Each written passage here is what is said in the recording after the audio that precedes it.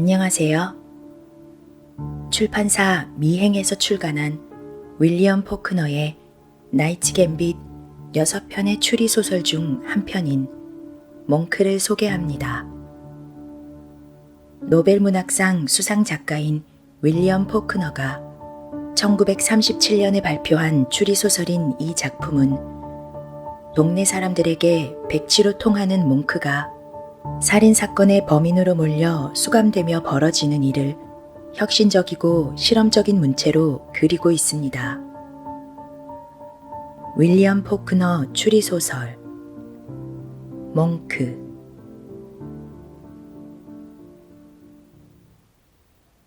내가 해보려는 이야기는 몽크에 관한 것이다.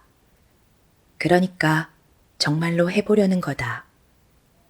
의도적인 시도로서 그의 짧고 추악하며 새로울 것 없는 역사에 일관되지 않은 부분을 이어보려는, 거기서 어떤 의미를 만들어 보려는, 가정과 추론과 창작이라는 막연한 도구를 쓸 뿐 아니라 그 막연한 도구를 막연하고도 설명할 길 없는 그가 남기고 간 재료에다 써보려는 노력이다.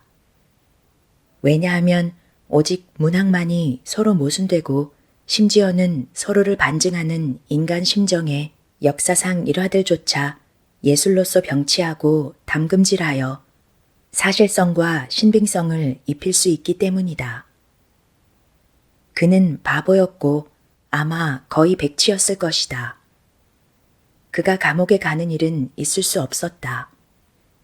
하지만 그의 재판 당시 있었던 젊은 지방검사는 의회에 눈독을 들이고 있었고 몽크에게는 사람도 돈도 심지어 변호사도 없었는데 내 생각에 그는 왜 변호사가 필요한지 또 변호사가 무엇인지조차 몰랐던 것 같고 법원에서 그에게 선임해준 변호사는 갓 자격을 취득한 자라 아마 몽크만큼이나 형법의 실제 적용에 관해 아는 것이 별로 없었을 것이며 아마 법원의 지시대로 몽크에게 죄가 있음을 인정했거나 혹은 지적 장애를 주장할 수도 있다는 점을 잊었던 듯한데 그 이유는 몽크가 단 한순간도 자기가 죽였음을 부인하지 않았기 때문이다. 그들은 사실 그가 인정하거나 심지어 반복해서 말하는 것조차 막지 못했다. 그것은 고백도 자랑도 아니었다. 그는 거의 연설이라도 하려는 듯했다. 자기를 보안관보가 도착할 때까지 시체 옆에 붙잡아둔 사람들에게 그 보안관보와 교도관과 다른 죄수들, 어쩌다 도박이나 불황죄로 또는 골목에서 위스키를 팔다가 잡혀 들어온 검둥이들에게 또 그를 신문한 치안판사와 법원에서 선임해준 변호사에게 그리고 법원과 배심원단에게 살인이 벌어진 지 1시간밖에 안 지났는데도 그는 사건이 어디서 일어났는지 기억하지 못하는 듯 했다. 그는 심지어 그가 죽였다고 인정한 그자가 누구인지도 기억하지 못했다. 그는 자신에게 당한 피해자로 제안에 따라 유도되어 몇몇 살아있는 자를 지목했는데 그 중에는 그때 치안판사의 사무실에 있던 사람도 있었다. 하지만 그는 자기가 누군가를 죽였음을 절대 부정하지 않았다. 그것은 주장이 아니었다. 그저 평온히 사실을 되풀이하며 밝고 열성적인 호소하는 목소리로 연설하려 애썼을 뿐 그가 말하려 했던 것은 그들이 종잡을 수도 없었고 그들은 듣기조차 거부했다. 그는 고백하지도 선처를 위해 근거를 내세워 자기가 저지른 일에서 벗어나려 하지도 않았다. 마치 무언가를 상정하여 이 기회를 잡아 여태까지의 심연, 곧 그 자신과 살아있는 세상, 산자들의 세상, 중대하며 진통하는 땅 사이에 다리를 놓으려는 듯 했다. 이를테면 그가 5년 후 교수대에서 한 기묘한 연설처럼. 그러자면 그는 애초에 살지도 않아야 했다. 그는 왔다. 나타났다. 그가 그곳에서 태어났는지 아닌지 아무도 몰랐다. 우리 카운티 동부 지역의 소나무 언덕 위 시골 마을에서. 그 시골은 몽크의 나이 25쯤인 25년 전만 해도 도로가 거의 없었으며 카운티 보안관조차 가지 않았다. 이 시골은 뚫고 들어갈 수도 없고 대부분 개간되지도 않은 곳으로 씨족에 가까운 사람들이 누구에게도 어떤 것에도 충성할 의무를 지지 않으며 외지인들도 불과 몇 년 전 잘 닦인 도로와 자동차가 초록의 요새를 뚫기 전에는 거주민들이 그 타락한 스코틀랜드계 아일랜드 지방끼리 근친 결혼하고 위스키를 제조하며 통나무 헛강과 지그재그 울타리 뒤에서 이방인이면 모조리 쏴버리는 그곳을 볼 기회가 전혀 없었다. 잘 닦인 도로와 포드는 몽크를 제퍼슨으로 데려왔을 뿐 아니라 그의 출신에 관한 많은 소문인 정보를 불러온 장본인이었다. 그도 그럴 것이 그가 함께 어울려 자란 사람들조차도 우리만큼이나 그에 관해 아는 것이 없어 보였기 때문이다. 그건 한 노파의 이야기로 그렇게 지독히도 고독한 사람들 가운데서조차 은둔자처럼 통나무 집에 장전된 산탄총을 현관 바로 앞에다 세워놓고 살았고 또 그 아들은 그 동네와 동네 사람들에게조차 벅찬 인간이었는데 살인을 저지르고 도망쳐 아마 쫓겨난 모양이었으며 어디로 갔는지는 10년이 가도록 아무도 모르다가 어느 날 돌아왔는데 어떤 여자와 함께였다. 딱딱한 밝은 쇳빛에 도시 머리칼에 딱딱한 금발에 저 먼 곳에서나 볼 법한 도시 얼굴을 한 여자는 마당을 가로지르거나 혹은 그저 문간에 서서 그 초록의 고독을 차갑고 침울하며 어디도 보지 않는 듯한 헤아릴 수 없는 표정으로 응시했다. 또 치명적이기도 했는데 다만 뱀이 치명적이듯 그들의 전통 의식과도 같던 경고 후 공격하기와는 다른 방식이었다. 그 후 그들은 가버렸다. 다른 이들은 그들이 언제 떠났고 왜 떠났는지 몰랐는데 둘이 언제 왔고 왜 왔는지 몰랐던 것과 마찬가지였다. 어떤 이들은 어느 날 밤 그 노파 오들스럽 부인이 둘에게 산탄총을 겨누고 총구를 들이대 집 바깥으로 동네 바깥으로 쫓아냈다고 했다. 어쨌든 그들은 가버렸다. 그리고 그로부터 몇 달이 흘러서야 이웃들이 아이가 젖먹이가 집에 있다는 걸 알아냈다. 누가 거기에 데려다 놓았는지 거기서 태어났는지 이번에도 그들은 알지 못했다. 이 아이가 몽크였다. 그리고 그 후의 이야기는 6, 7년 후 사람들이 시체 냄새를 맡기 시작했고 그중 몇몇이 오들스럽 부인이 일주일째 죽어 방치돼 있던 그 집으로 들어가 요로 만든 통치마 한 장을 걸친 작은 생명체가 문 옆 구석에 있던 산탄총을 들려고 애쓰는 걸 발견했다는 얘기였다. 그들은 몽크를 전혀 잡지 못했다. 그러니까 그 최초의 시도에서 잡는 데 실패하고 또 다른 기회는 오지 않았던 것이다. 하지만 그가 어디 가버린 건 아니었다. 그들은 그가 어디선가 그들이 매장을 위해 시체를 준비하는 동안 그걸 지켜보고 있다는 걸, 또 덤불 사이에서 그들이 그걸 묻는 광경을 지켜보고 있다는 걸 알았다. 그들은 그 후 얼마간은 그를 한 번도 보지 못했지만 그래도 그가 거기 근처에 있다는 사실만은 알았고 돌아오는 일요일에 그가 무덤을 나뭇가지와 맨손으로 파헤친 것을 발견했다. 그때쯤엔 이미 구멍이 제법 컸고 그들은 그걸 메운 뒤 그날 밤 몇몇이 매복해 아이를 잡아서 음식을 주려고 했다.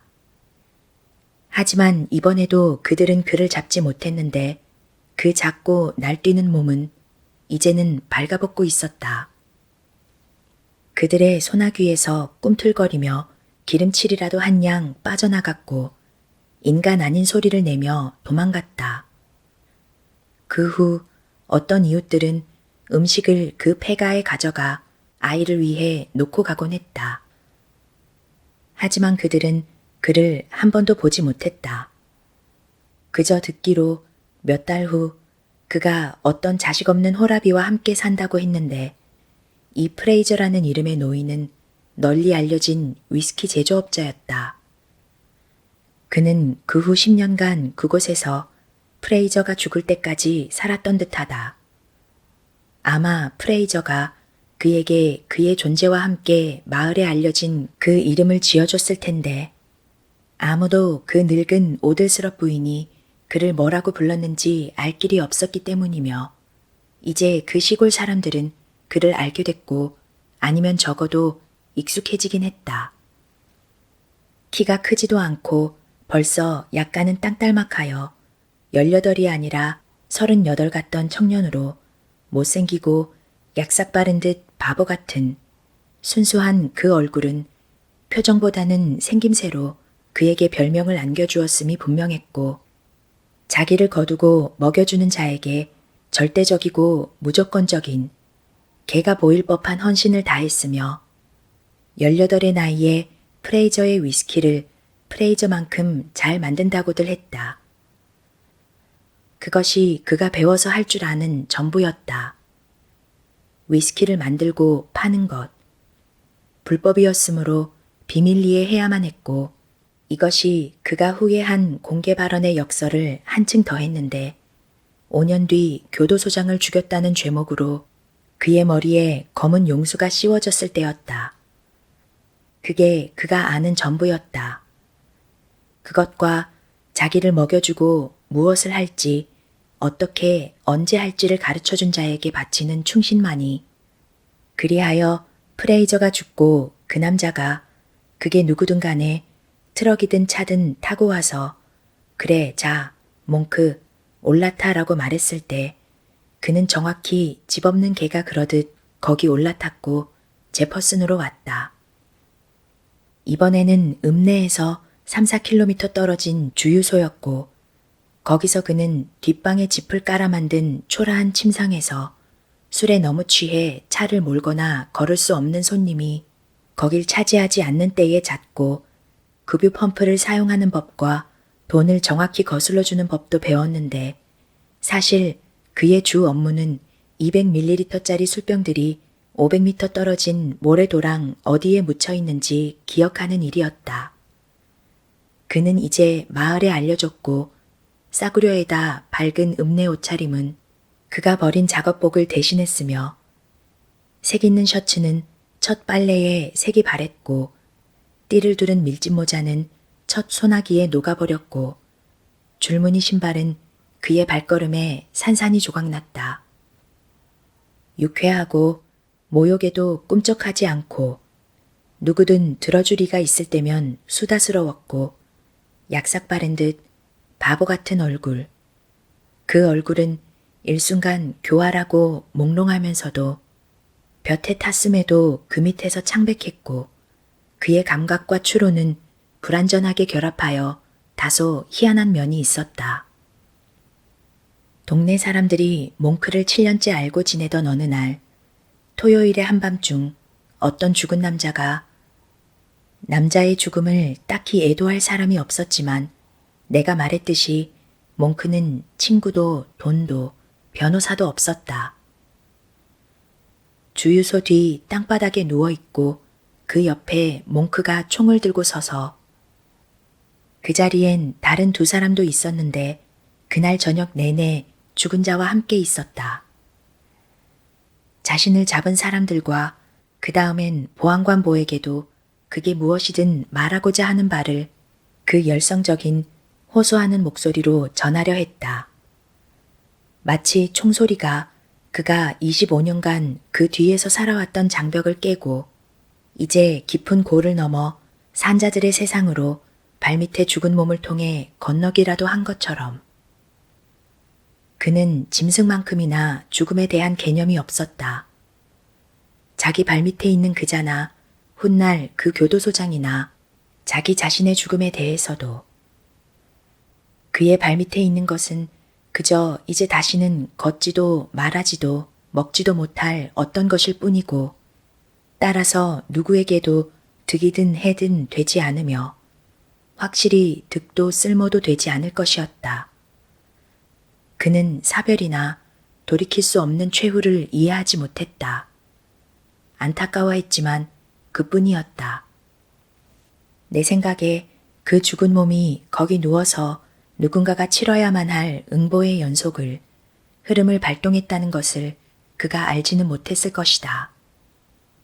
왜냐하면 그는 자기가 했다는 것을 한 번도 부인하지 않았고 생각해보면 부인해봤자 그에게 아무런 득이 안 됐을 것인데 죽은 자의 두 일행이 그에게 불리한 증언을 할 것이기 때문이었다. 그래도 그는 부인하지 않았고 그렇다고 해서 그가 한 번이라도 무슨 일이 있었는지 무엇 때문에 다퉜는지 말할 수 있는 것은 아니었고 또 내가 말했듯 이후에도 심지어는 그게 어디에서 있었던 일인지 자기가 죽인 사람이 누구였는지 말할 수 있는 것도 아니었으며 단 한 번 이 역시 내가 말했듯 자신에게 당한 피해자가 그때 치안 판사의 사무실에 그를 따라 들어온 군중 속에 서 있던 어떤 남자라고 말했을 뿐이다. 그는 그저 그게 무엇이든 25년 동안 자기 안에 있던 것을 이제야 거기서 벗어날 기회를 혹은 어쩌면 단어들을 잡아 말하려 계속 애를 썼고 마찬가지로 5년 후 교수대에서 그것을 혹은 다른 어떤 것을 마침내 말로 내뱉었을 때 그는 마침내 그 오랜 비옥한 중대하고 진통하는 땅과의 접점을 세웠으며 그건 그가 원했지만 말로 할 수는 없던 것으로 그제야 그들이 그에게 자신이 바라는 바를 말하는 법을 알려주었기 때문이었다. 그는 자신을 체포한 보안관보와 그를 신문한 치안판사에게 그것을 말하려 했다. 그는 법정에 서서 얼굴에는 말할 기회를 기다리는 사람이 짓는 그런 표정을 띄우고 기소문을 읽는 소리를 듣다가 주권주 미시시피의 평화와 존엄에 반하여 상기의 몽크 오들스럽은 고의와 악의를 갖고 사전 계획을 세워 여기에서 끼어들었는데 새되고 높은 목소리로 그 소리는 사그라지면서 그의 얼굴에 우리 모두가 띄웠던 경의와 놀라움의 표정을 똑같이 남겼다. 내 이름은 몽크가 아니에요. 내 이름은 스토널 잭슨 오들스럽이죠. 자, 어떤가? 그게 진짜라면 그는 자기 할머니가 죽고 난 후 거의 20년간 그 이름을 듣지 못했을 것이다. 그런데 그는 한 달 전 자기가 저지른 일의 정황조차 기억해내지 못했다. 그리고 그 이름을 자기가 지어냈을 리도 없었다. 그가 미국 남북전쟁 당시 남부연합의 장군이었던 스토널 잭슨이 누구인지 알아서 자기를 그리 칭했을 리가 없었다. 그는 그 시골에서 학교를 다녔는데 1년간이었다. 분명 늙은 프레이저가 그를 보냈을 텐데 쭉 붙어있지는 못했다. 아마 시골 학교의 1학년 공부라 해도 그에게는 무리였을 것이다. 그는 그의 사면 얘기가 나왔을 때 내 삼촌에게 그때의 이야기를 했다. 그게 언제였는지, 학교가 어디였는지, 또 왜 학교를 그만두었는지 그는 기억하지 못했다. 하지만 거기에 다녔다는 것만은 기억했는데 학교를 좋아했기 때문이었다. 그가 기억하는 것이라고는 학생들이 모두 함께 책을 소리내어 읽던 것이 전부였다. 그는 그들이 무엇을 읽는지는 몰랐는데 책에 무엇이 쓰여 있는지 몰랐기 때문이었다. 자기 이름 하나 쓰지 못하던 그였다. 하지만 그는 책을 들고 그 모든 목소리를 한꺼번에 듣는 게, 그러면서 자기 목소리도 느끼는 게, 다른 이들과 함께 그의 표현에 따르면 목청이 떨리는 걸 통해서 느끼곤 했던 게 좋았다고 했다. 그러니 스토널 잭슨을 알 리가 없었다. 하지만 거기에 이 땅과 흙에서 물려받은 스스로 버림받은 자들에게서 전달받은 어떤 것이 흙과 그 위를 밟고 그 안에서 잠드는 남자와 여자의 씁쓸한 자긍심과 정복할 수 없는 불패에서 나오는 어떤 것이 있었다. 그들은 그의 목숨을 살려뒀다. 그 재판은 우리 카운티에서 열린 것 중 가장 짧은 재판에 속했는데 그 이유는 내가 말했듯이 아무도 죽은 자를 애석히 여기지 않았고 우리 개빈 삼촌을 제외하고는 아무도 몽크한테 신경을 쓰는 것 같지 않았기 때문이다. 그는 전에 한 번도 기차를 타본 적이 없었다. 그가 올라탔고 한쪽 손은 쇠고랑이 채워져 보안관보의 몸에 연결된 채 새로운 작업복을 입었는데 누가 줬는가 하면 아마도 그가 평화와 존엄을 짓밟았다던 그 주권주였을 것이며 여전히 새 것인 여전히 깨끗한 현란한 띠를 두른 모조 파나마 모자는 운명적인 토요일 밤이 있던 그 주에 산 것이었다. 그는 기착한 창가 쪽에 앉아 우리를 마시간, 땅딸막한, 바보 같은 얼굴로 바라보며 그 손, 그 자유로운 팔 하나를 창에 기대어 손가락을 흔들었고 기차가 움직이기 시작하며 서서히 속도를 높여 금속 통로가 부딪히는데 거대하고 거무칙칙하게 완전히 밀봉된 우리의 시야에서 그를 데려가며 우리에게 최후 같은 느낌을 남겼고 그 돌이킬 수 없음은 교도소 문이 저절로 그의 뒤에서 닫히는 광경을 그래서 그의 인생에서 다시는 열리지 않을 것임을 보는 것보다 더했을 것이며 그 얼굴은 우리를 돌아보고 목을 길게 빼 우리를 보려고 거무칙칙한 유리 뒤에서 자꾸 파리했으며 그러면서도 아리송해하나 불안해 앉는 그 표정은 열성적이고 평온하고 엄숙했다. 5년 후에 그 토요일 밤 죽은 자의 일행 한 사람이 폐렴과 위스키 중독으로 죽어가면서 자신이 총을 쐈고 권총을 몽크의 손에 찔러 넣었으며 몽크에게 그가 한 짓을 바라보라고 시켰다고 고백했다. 우리 개빈 삼촌이 그의 사면을 맡아 탄원서를 썼고 서명을 받아 주의회 의사당에 가서 서명을 받고 주지사가 집행토록 했으며 그걸 들고 직접 교도소에 찾아가 몽크에게 이제 자유의 몸이라고 전했다. 그러자 몽크는 잠시 개빈 삼촌을 바라보더니 말뜻을 이해하고는 울었다. 그는 떠나고 싶지 않았다. 어느새 그는 모범수가 되었고 한때 늙은 프레이저에게 바쳤던 충경 같은 헌신을 이제는 교도소장에게 돌렸다. 그가 배워서 할 줄 아는 거라고는 위스키를 만들고 파는 것 외에는 없었는데 마을로 오고 난 후에는 주유소를 쓸고 청소하는 걸 배우기는 했다. 그래서 그는 여기서도 그걸 했다. 이제 그의 삶은 한때 학교에 다닐 적과 비슷해졌을 터였다. 그는 소장의 집을 여자가 하듯이 쓸고 관리했으며 소장 부인이 그에게 뜨개질을 가르쳐 주었다. 울면서 그는 개빈 삼촌에게 소장의 생일 선물로 뜨고 있던 완성하려면 몇 주는 더 걸릴 듯한 스웨터를 보여주었다. 그래서 개빈 삼촌은 집으로 왔다. 그는 사면 문건을 가지고 왔지만 파기하지는 않았는데 삼촌 말로는 거기에 기록이 다 되어 있기 때문이고 또 이제 법조항을 뒤져 학생을 대학에서 쫓아내듯 죄수를 교도소에서 어떻게 쫓아낼 수 있는지를 알아보아야 했기 때문이다. 하지만 내 생각에 삼촌은 언젠가 몽크가 마음을 바꿀지도 모른다는 희망을 아직 가졌던 것 같다. 그래서 그걸 가지고 있었던 거고. 그러다 몽크가 정말로 자유의 몸이 됐는데 스스로 어떤 도움도 받지 않고서였다. 개빈 삼촌이 말을 전한 지 일주일도 안 지나서였다. 아마 소식이 들린 건 개빈 삼촌이 사면 문건을 어디에 안전하게 보관할지 미처 정하지도 못했을 때였을 것이다.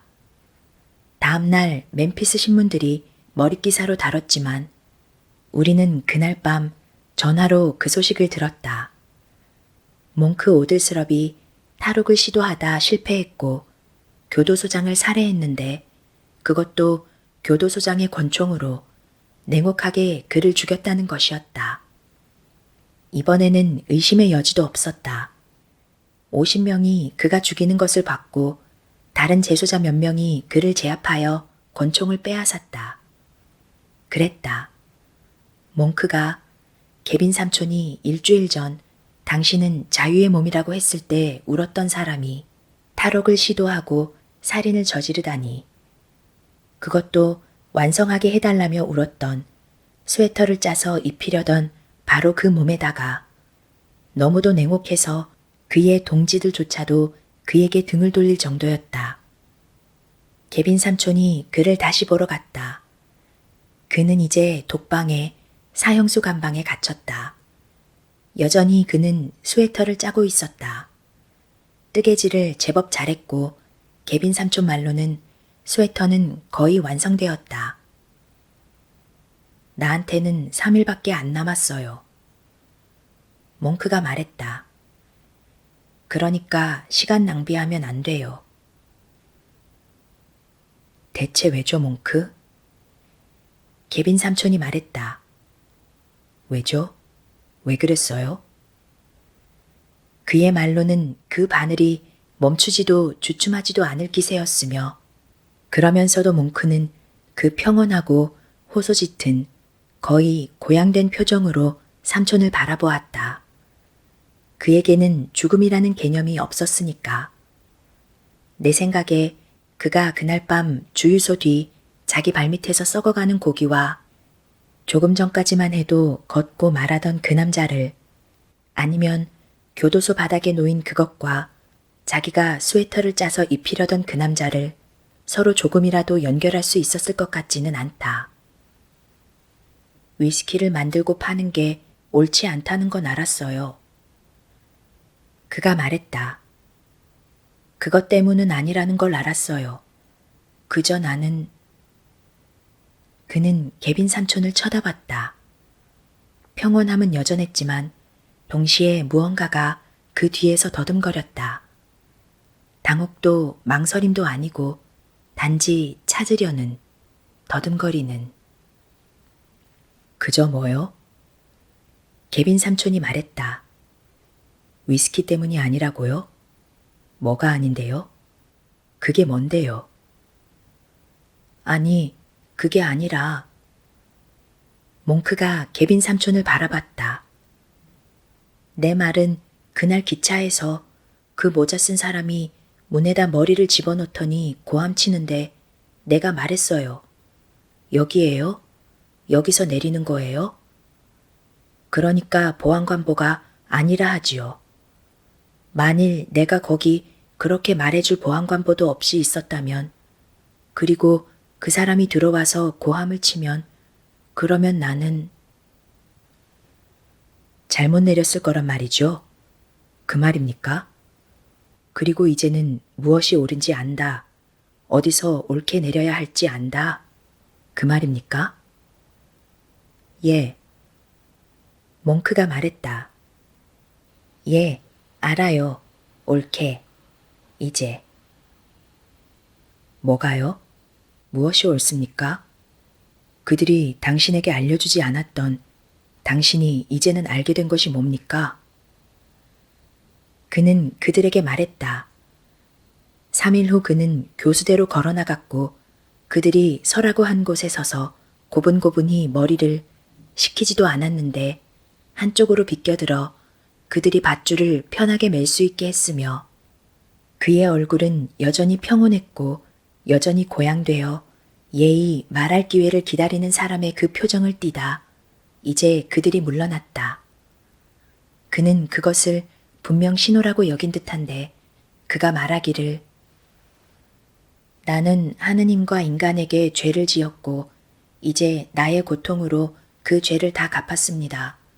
그리고 이제 그들 말로는 여기서 그의 목소리가 커졌고 분명하고 평온한 목소리였다고 한다. 분명 그 말들은 그 자신에게 상당히 크게 반박할 수 없게 들렸을 테고 그의 심정도 고조되었을 텐데 어느새 그가 검은 용수 안에서 말하고 있었기 때문이다. 그리고 이제 나는 자유로운 세상으로, 농장으로 나아갑니다. 자, 어떤가? 이건 그야말로 말이 되지가 않았다. 자기가 곧 죽을 거라는 사실을 몰랐다고는 해도 그의 말은 여전히 앞뒤가 맞지 않았다. 그는 농사에 관해서는 스토널 잭슨에 관해서만큼이나 아는 게 거의 없었을 것이다. 분명 그는 농사라는 걸 한 번도 지어본 적 없었다. 본 적은 물론 있었을 테고 밭에 있는 목하며 옥수수를 일하는 사람들을 봤을 것이다. 하지만 자기가 하고 싶다는 마음이 들지는 않았을 것이고 기회는 많았으니 마음 먹으려면 먹을 수 있었다. 그런데 그는 그와 친구가 되어주고 그가 알았든 몰랐든 그를 상대적인 지옥에서 구원한 자를, 개와 같은 충성과 헌신의 새로운 주인이 되었던 그 자를, 일주일 전 본인이 사면을 거부한 이유였던 바로 그 자를 돌아서서 살해했다.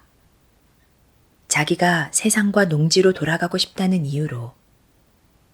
이 변화는 단 일주일 만에 5년 동안 그 어떤 수녀보다도 완벽하게 이 세상과 멀어지고 단절된 후에 일어난 것이었다. 그랬다.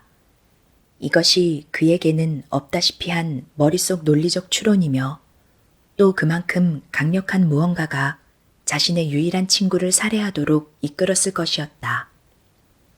그렇다. 그건 교도소장의 권총이었다. 우리는 이런 얘기를 들었다. 소장이 그 총을 집에 보관했는데 어느 날 사라졌고 얘기가 새어나가지 못하도록 소장은 그의 검둥이 요리사를, 또 한 명의 모범수이자 논리적으로는 그걸 가져갔을 장본인인 그자를 초주검으로 만들어 사실을 고하게 했다.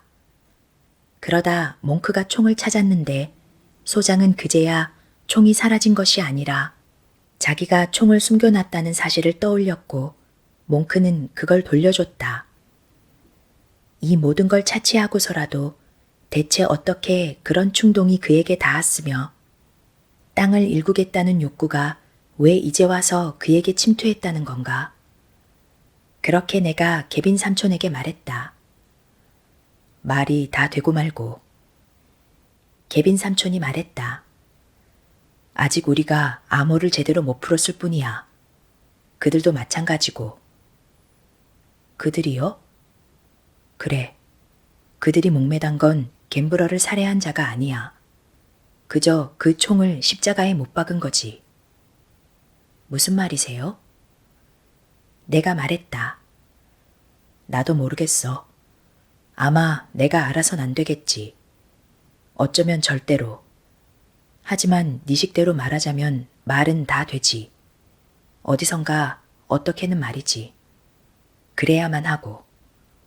어쨌든 정황을 보더라도 그것도 천치 같은 인간 하나가 그러기에는 너무 익살맞은 데가 있어. 하지만 궁극적으로 정황이 어쩌다 그리 우스꽝스럽게 됐는지야말로 우리가 알 수 없는 것일지도 모르지. 하지만 우리는 알았다. 개빈 삼촌이 우연히 알아냈고 나 말고는 아무에게도 말하지 않았는데 이제부터 그 이유를 알려드리겠다. 당시 우리는 족보도 없고 배경도 몽크만큼이나 알려진 게 없는 자를 주지사로 두고 있었다. 정치인이자 교활한 사람으로 살아남는다면 크게 될 사람이었다. 몽크가 죽은 지 3년쯤 흐르자 그는 예고도 없이 일종의 기념일을 선언했다. 그는 교도소에서 열릴 사면 이사회의 소집일을 정했고 거기서 흡사 영국 왕이 자기 생일에 기사 자귀와 훈장을 나누어 주듯 다양한 재소자들에게 사면을 뿌릴 생각이었다. 물론 야당에서는 전부 그가 노골적으로 사면을 팔아먹고 있다고 주장했지만 개빈 삼촌은 그렇게 생각하지 않았다. 그는 주지사가 그보다 더 교활하다고, 이듬해에 선거가 있고 주지사는 사면해준 자들의 친인척에게 표를 얻고자 함은 물론이고 함정을 파 원칙주의자와 도덕주의자들이 그를 부정부패로 탄핵하려다 증거 불충분으로 실패하게 만들 요량이라고 말했다. 그런데 알려진 바로는 그가 사면 이사회를 완전히 소나귀에 쥐고 있어서 야당이 저지할 방법이라고는 위원회를 결성해 그 자리에 내보내는 것뿐으로 이 조처는 주지사가 정중히 환영했는데 그들을 위한 교통편을 제공하기까지 했다. 아, 참으로 교활한 인간이었다. 개빈 삼촌은 우리 카운티 대표로 그 일원이 되었다. 삼촌이 말하기를 이 모든 비공식 대표들이 사면 예정자들의 명단을 한 부씩 받았고 짐작건대 표를 줄 친인척을 여럿 두어 그럴 가치가 있는 자들이었을 거다. 죄목, 형량, 복역한 기간, 전과 기록 등이 쓰여 있었다. 사면식은 식당에서 치러졌다. 삼촌은 다른 대표들과 딱딱하고 등받이 없는 벽 앞 장의자에 앉았고 주지사와 그의 이사회는 높이 올린 연단 위 탁자에 앉았는데 거기서 경비들이 사람들이 식사하는 동안 자리를 지켰고 그때 재소자들이 지시대로 행진에 들어오다 멈춰섰다. 그러고 나서 주지사가 명단에 오른 첫 이름을 부르고 그자에게 탁자 가까이 오라고 말했다. 하지만 아무도 움직이지 않았다.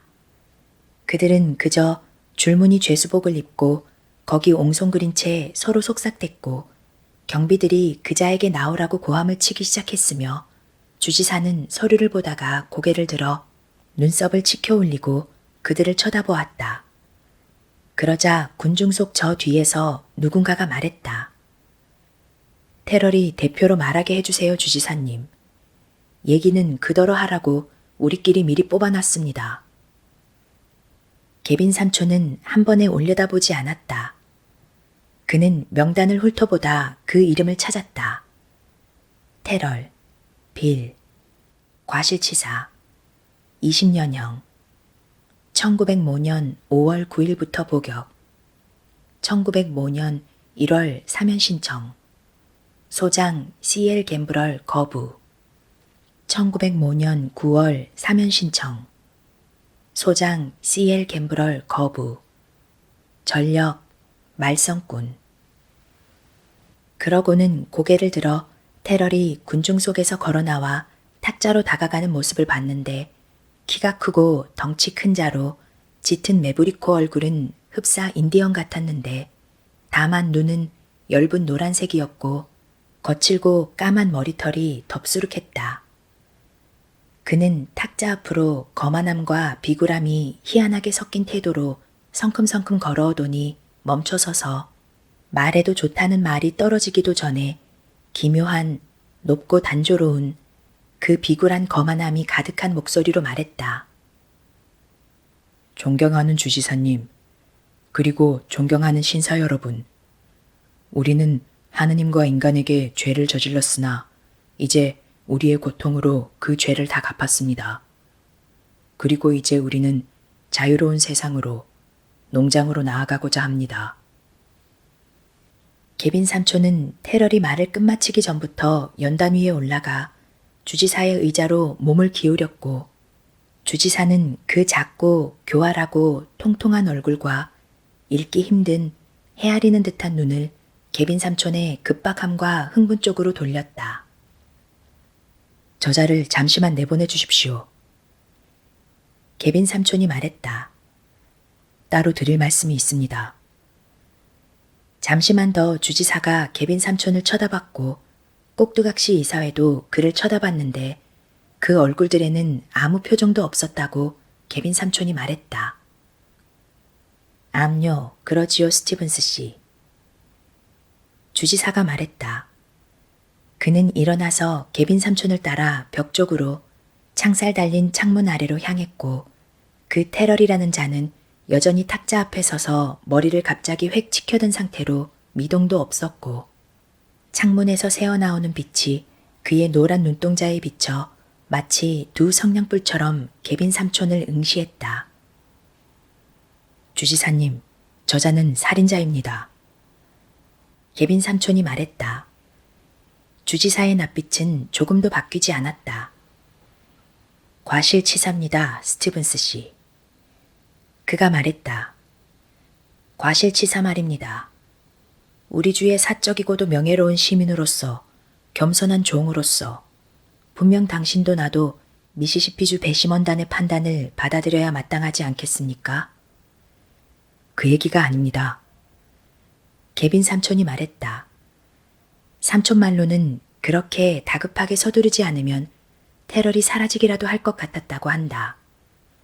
눈 깜짝할 새 이 작고 읽기 힘든 정중한 인간이 그 앞에서 마법처럼 테러를 모든 응보가 미치지 않는 곳으로 자신의 차가운 의지와 야망과 도덕 없는 무자비함을 동원하여 빼낼 것만 같은 끔찍한 예감이 들었다고 했다.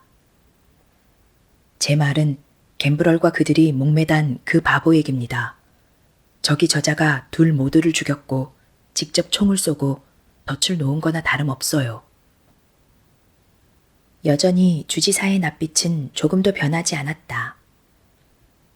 참 신기한 혐의로군요. 진지하다고 볼 순 없어도. 그가 말했다. 물론 증거는 있으시겠죠? 아니요. 하지만 찾을 겁니다. 10분만 저자와 있게 해주십시오. 단 둘만. 제가 그에게서 증거를 캐낼 겁니다. 그자가 내게 주도록 만들 겁니다. 아, 주지사가 말했다. 이제 그는 1분이 다 가도록 개빈 삼촌을 쳐다보지도 않았다. 그가 고개를 마침내 다시 들었을 때 그의 얼굴 표정은 여전히 변함없었으며 다만 거기서 무언가를 마치 물리적으로 손수건으로 닦아낸 듯 했다. 알겠지? 그는 내게 찬사를 보낸 거야. 개빈 삼촌이 내게 말했다. 내 지성에 대한 찬사를. 이제 그는 내게 절대적인 진실을 말하고 있었지. 그가 할 수 있는 최고의 찬사를 내게 보낸 거야. 당신이 보기에 그게 무슨 소용이 있습니까? 그가 말했다. 그 말씀은 개빈 삼촌이 말했다. 둘은 서로를 바라보았다.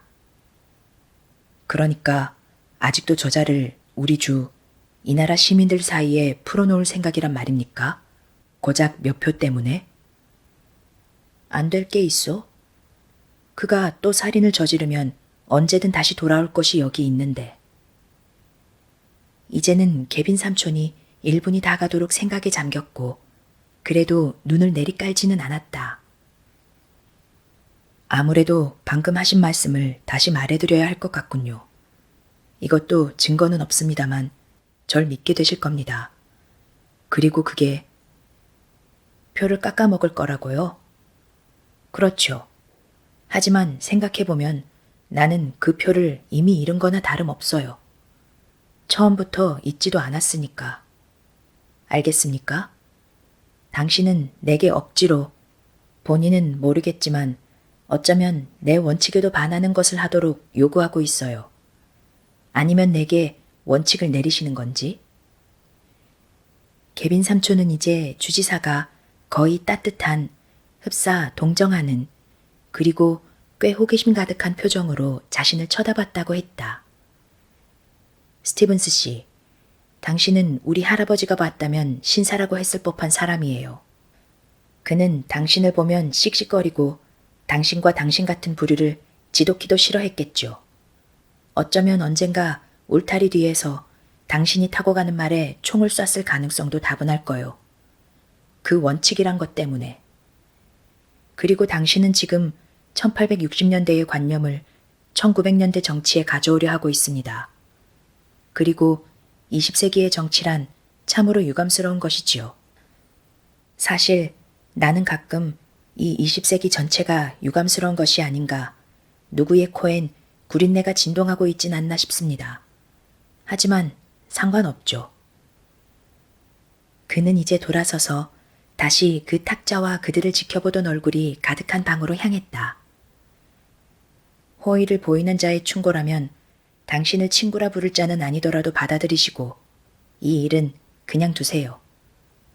내가 말했듯이 그가 풀려난 후 또 살인을 저지르면 아마 그러겠지만 언제든 여기로 돌아오면 되니까요. 그리고 또 사면받겠죠. 개빈 삼촌이 말했다.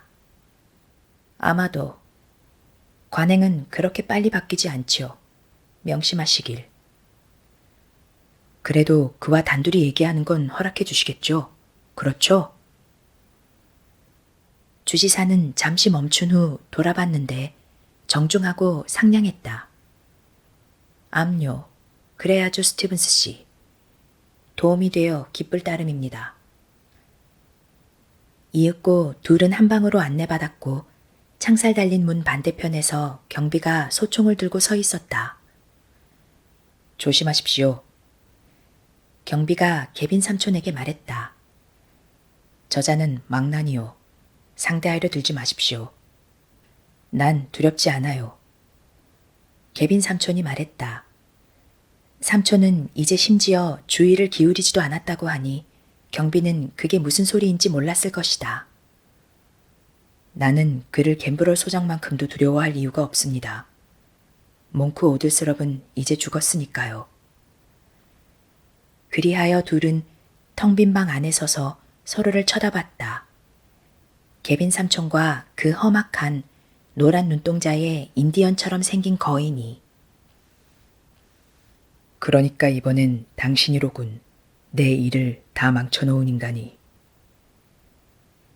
테럴이 기묘한, 거의 징징거리는 단조로운 목소리로 말했다. 우리는 그 사건에 관해서도 알고 있었다. 그건 미시시피주 보고서에 기록되어 있었고 그리 멀지 않은 곳에서 벌어진 사건이었으며 테럴 또한 농부가 아니었다. 개빈 삼촌 말로는 바로 그 사실이 모든 걸 말해주었다. 테럴이 몽크가 교수대에서 한 말을 몽크가 했는지를 들었을 리도 심지어 알았을 리도 없던 그 말을 그대로 읊었다는 걸 삼촌이 알아차리기도 전부터 바로 그것부터가 시작이었다. 같은 말을 했다는 것보다도 테럴과 몽크 둘 다 그 무엇도 어디서도 농사를 지어본 적 없다는 사실 말이다.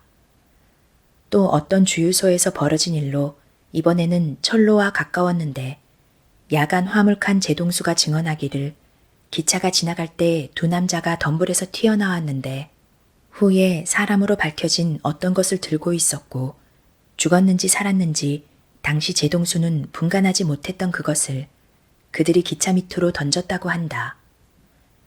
주유소의 주인은 테럴이었으며 다툼이 있었음이 밝혀지자 테럴이 잡혀 들어갔다. 그는 다툼에 대해서 처음에는 부인했는데 이어 죽은 자가 거기 있었다는 사실도 부인했고 그러더니 죽은 자가 그의 딸을 유혹했고 그의 아들이 그 자를 죽였으며 자기는 단지 아들이 받을 의심을 벗기고자 했다고 말했다.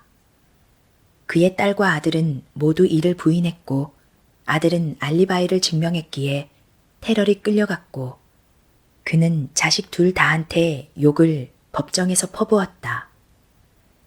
잠깐. 개빈 삼촌이 말했다.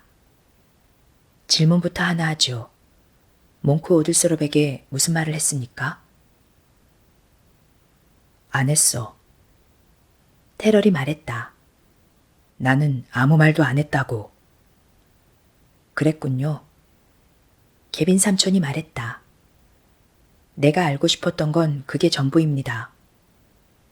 그는 돌아서서 문 너머의 경비에게 말했다. 이제 끝났습니다. 우릴 내보내 주시오. 잠깐. 테럴이 말했다. 삼촌은 뒤돌아봤다. 테럴은 전과 같이 서서 줄무늬 죄수복을 입은 키 크고 굳고 여인 몸으로 험악하고 깊이 없는 노란 눈동자로 반쯤 징징대는 그 단조로운 목소리로 말했다. 대체 뭐 때문에 나를 여기 가둬두려는 거지? 내가 당신한테 뭘 했기에? 당신은 부자에다 자유롭고 어디든 원하는 곳에 갈 수 있는데 나는... 그러더니 소리를 질렀다.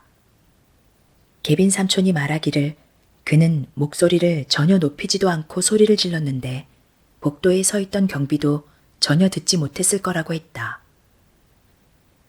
안 했다고 말했잖아. 난 아무 말도 안 했다고. 그런데 이번에는 개빈 삼촌이 돌아서기 시작할 틈조차 없었다. 삼촌 말로는 테럴은 두 발짝 그를 지나가면서 전혀 조금의 소리도 내지 않았고 바깥 복도를 쳐다봤다. 그러더니 돌아서서 개빈 삼촌을 바라봤다. 내 말 잘 들어. 그가 말했다. 내가 말해주면 나한테 반대표를 던지지 않을 거라고 약속할 수 있어? 그럼요. 개빈 삼촌이 말했다. 반대표는 던지지 않을게요. 당신 말대로. 그게 거짓말이 아니라는 걸 내가 어떻게 알지? 아, 개빈 삼촌이 말했다. 어찌 알겠습니까? 시도해보기 전에는. 둘은 서로를 바라봤다. 곧 테럴이 시선을 내리깔았다. 개빈 삼촌 말로는 테럴이 자기 앞에다 한쪽 손을 들었고 그가 손을 쥐자 그 손마디가 서서히 하얘지는 것을 그가 봤다고 했다. 어쩔 수가 없겠군. 그가 말했다. 어쩔 수가 없게 됐어. 곧 그는 고개를 들었다. 이제 그는 울부짖었고 여전히 아까 소리 질렀을 때만큼이나 목소리는 크지 않았다. 하지만 만약에 반대표를 던진다면, 그리고 내가 여기서 나가기만 하면 그땐 조심하라고. 알겠어? 조심하라고. 지금 날 협박하는 겁니까? 개빈 삼촌이 말했다. 거기 그렇게 서서 줄무늬 죄수복을 입고 뒤는 벽인데다 문이 잠겨 있고 앞에는 사람이 총을 들고 있는데요. 웃으라고 하는 말입니까? 난 아무것도 원하는 게 없어. 테럴이 말했다. 그는 이제 거의 흐느끼듯이 말했다. 단지 정의만을 원할 뿐. 그게 다야. 이제 그는 다시 그 억누른 목소리로 소리치기 시작했고 자신의 꽉 쥔 하얘진 손마디를 빤히 바라봤다. 2번 시도했어. 정의와 자유를 위해 2번을. 그렇지만 그자였어. 그자가 그랬던 거야. 내가 안다는 걸 그자도 알았다고. 내가 그자한테 내 계획을. 그는 시작할 때도 그랬듯 갑자기 멈추었다.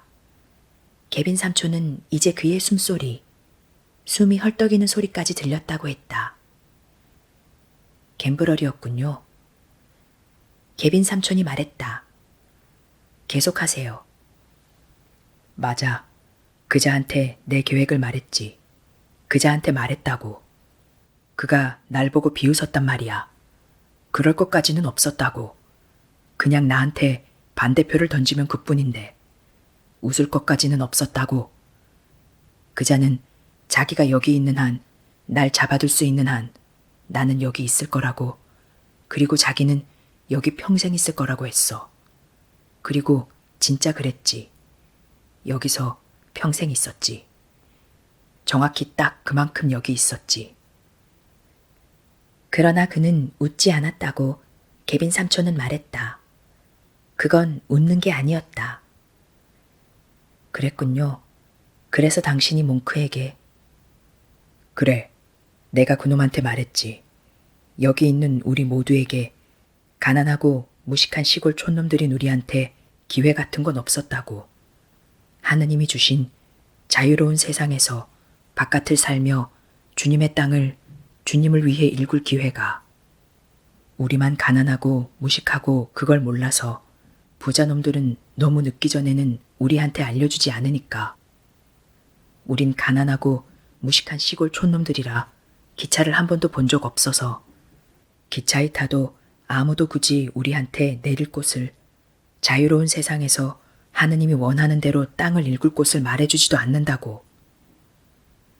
그런데 그자가 우리를 가로막고 우리를 가둬서 저 자유로운 세상 밖으로 못 나가게 하고 우릴 비웃으면서 하느님의 소망을 거스른다고. 하지만 내가 그놈한테 그렇게 하라고 시킨 게 아니야. 이렇게 말했을 뿐. 이제 우리는 절대 밖으로 못 나가는데 그건 총이 없기 때문이야. 하지만 누군가가 총이 있다면 우린 자유로운 세상으로 걸어나가 농사 지을 수 있지. 왜냐면 그게 하느님이 우리에게 목적하신 바고 그게 우리가 원하는 바니까. 바로 그게 우리가 원하는 거 아니겠어? 그러더니 그놈이 말하더군. 맞아, 그거예요. 그게 바로 그거예요. 그래서 내가 그런데 우리한텐 총이 없지.